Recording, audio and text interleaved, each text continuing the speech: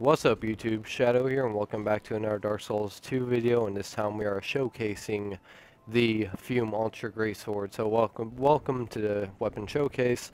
Now to get started, it is at +5, it has 430 base physical damage, and it requires 40 strength and 30 dexterity to use.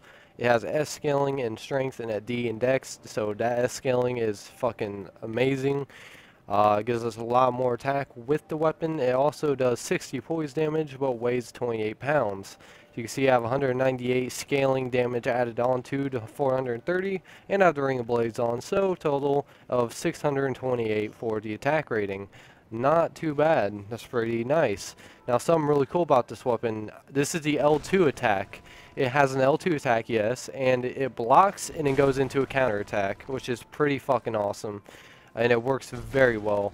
Now another move I want to show you is you could do it two-handed and one-handed. The one-handed is the R2. And this move right here is fucking amazing because what is the one-handed or two-handed R1s, you can make the sword explode in someone's face if you time it right, which is pretty awesome. Alright, so now we're going to get into the PvP, so I'll see you guys there.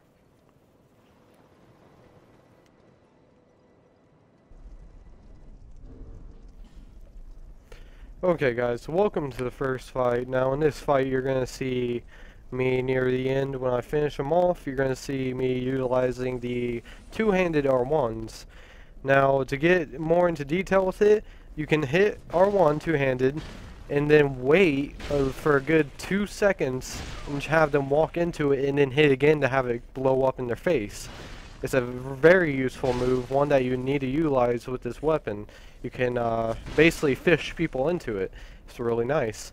So you're going to see it right here, and we're going to be in the next fight.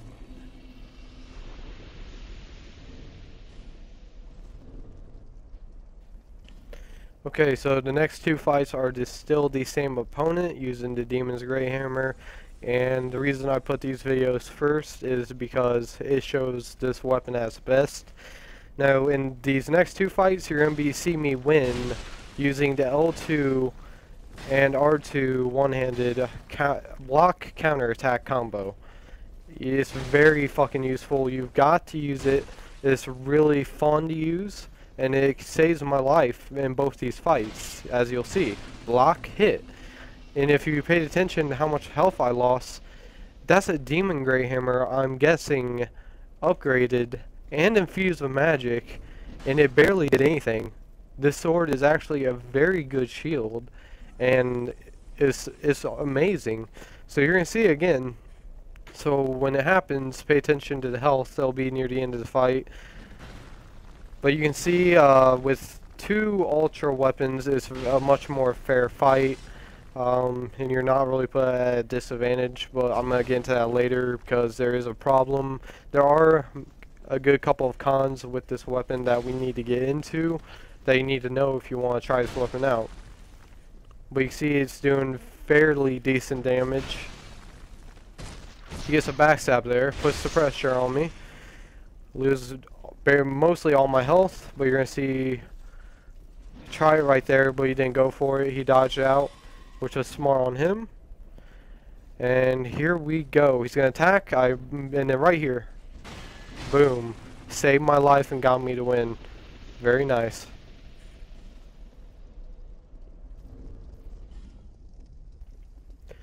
Okay, so seeing those first clips of this weapon showcase brings us to our first pro, and possibly one of the most important to me with this weapon, which is the moveset.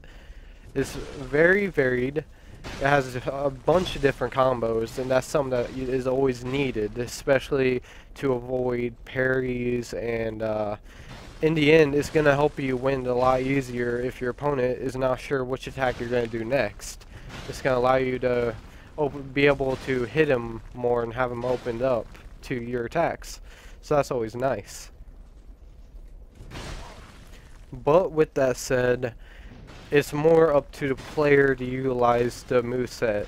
If the weapon has a great moveset, but if the player doesn't use those movesets and utilize the movesets, then it's wasted. There's no point.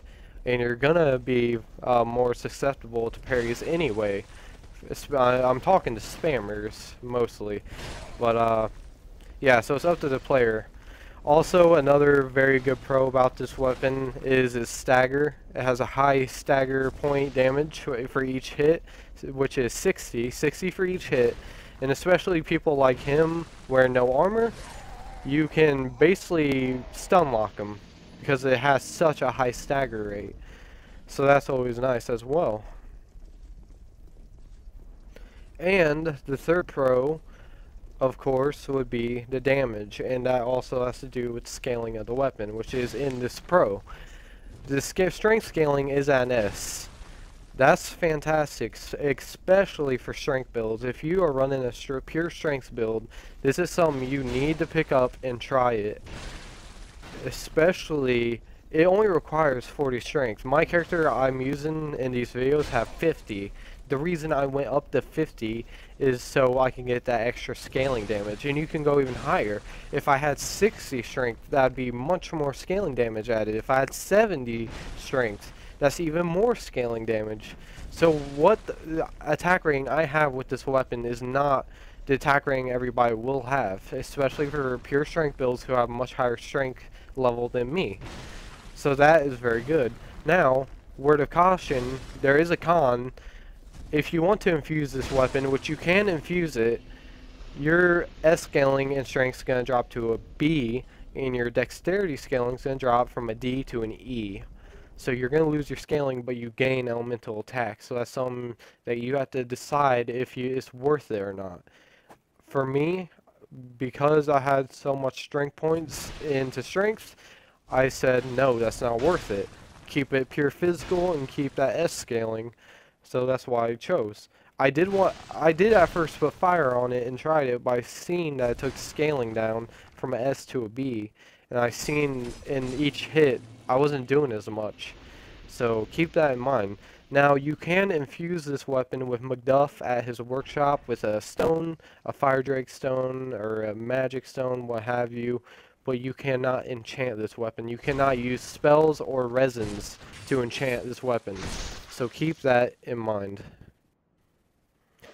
Okay, so now I want to get into the cons of the weapon and things I don't like. Now, the first thing I'm going to bring up is the manual control when you hit with any ultra weapon in this game. When you swing the weapon, you have the option to aim it with the left thumbstick. I see that as a pro and a con. It depends on the player. To me, I see it more of a con. I know it's a pro. I know it helps people, and I know people praise it and love it.